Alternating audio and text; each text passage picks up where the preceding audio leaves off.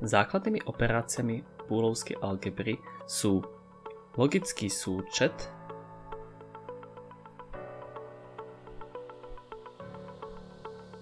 logický súčin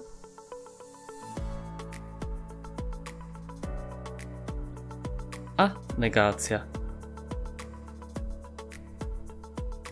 Logický súčet, inak nazývaný disjunkcia,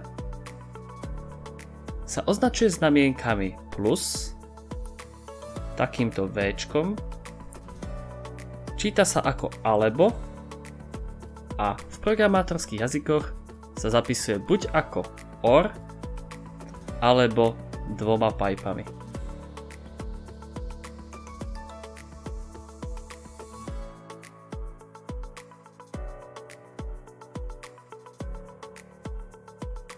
Pravdivostná tabuľka logického súčtu vyzerá takto. Ak je aspoň jedna z premenných pravdivá, výraz je pravdivý. Logický súčin, inak povedané konjunkcia,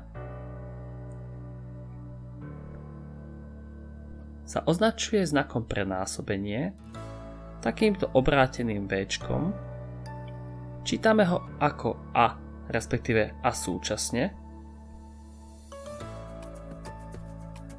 A v programovacích jazykoch sa často píše ako AND, prípadne sa zapisuje ako 2 ampersandy. Pravdivostná tabuľka tejto operácie vyzerá nasledovne.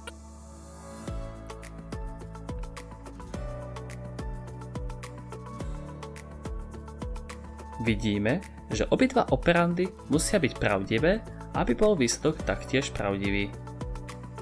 Negácia logickej premennej sa označuje ako premena s čiarkou nad, prípadne takýmto znakom pred, apostrofom po alebo výkričníkom pred. Pravdivostná tabuľka tejto operácie je veľmi jednoduchá a má len 2 riadky.